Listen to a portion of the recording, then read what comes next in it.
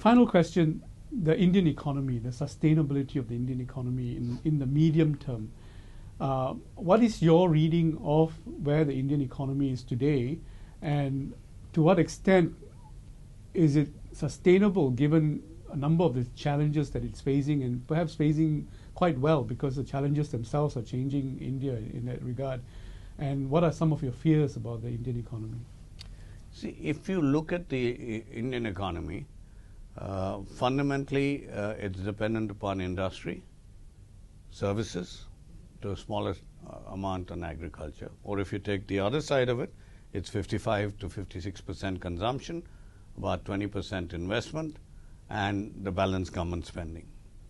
So I think we overemphasize government spending, the outside world, and we overemphasize India being an investment story. India is really a consumption story. It is largely a private story. That's one part of it, which is why it continues to grow. Structurally, for the medium and long term, if you look at India, we have a young population. We have a high savings rate of 35%. Our financial intermediation could be better. We could have a debt market, and we could have a reduction in fiscal deficit, etc. So we have a high savings rate. We have a young population. We have low dependence on exports.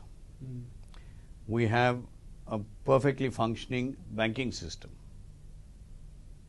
And there are lots of improvements that are required, which if we work on, can only improve it from here. So I think growing at 8% is not a problem for India. Somewhere between the 7.5% and 8.5% is not a problem. However, it would be foolish on our part not to aim at a 10% growth rate. I think everybody knows what needs to be done. The problem in the past has been the execution. So if you look at the budget, it identifies a reduction in fiscal deficit. It identifies agriculture reforms that need to be done. It identifies that subsidies must move from general to specific subsidies so that the intended beneficiaries get them.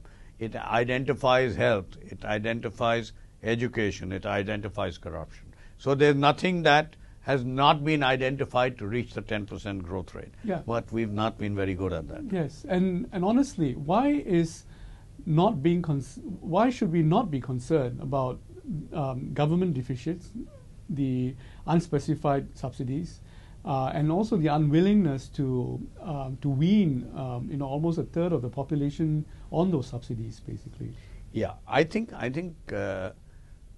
I am now far more hopeful than I would have, say, been 2-3 years back. And why is that? First thing that you have to understand is the Right to Information Act that has been introduced, which allows the media, any individual, to ask for how is this project approved or who approved this, and assigns responsibility with deterrent action, which will substantially reduce corruption. Second is, if you see what Nandan Nilekani is doing in terms of the UID, once the UID is there and everybody has a bank account, then they will substitute food discounts with actual cash subsidy. 3 is, lot of the government is moving to e-governance, where the ability for petty corruption gets substantially reduced. Clearly, they have identified how much fiscal consolidation there will be. And I believe that we have reached a stage where there is no alternative. The debt market is also a necessity, a long-term debt market. So I do believe that we will move higher and higher in our growth trajectory. I don't think things will be sorted out overnight, but I would say in the next 18 to 24 months, you will see a lot more being sorted out. In fact, what I would say is, and I want this in the proper perspective, I am thrilled with the intrusiveness of the media. We have a very noisy media, and sometimes that noise leads to confusion in terms of a democracy in transition. Don't mistake that with the vibrancy of India.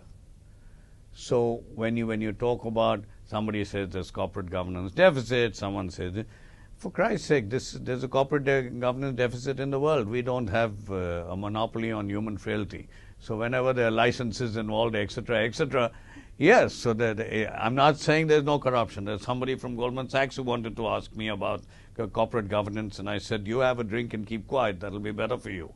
So I'm just saying We are defensive about corruption, but we may be a little too defensive. We don't have a monopoly over human frailty. There are certain parts that have corruption all over the world. Whenever there's a shortage commodity, a license is to be issued, real estate permissions. That's not to say we don't need to weed it out, but I think we're making progress. Mr. Aditya Puri, thank you very much for spending time with us. Thank you, Daniel. Pleasure.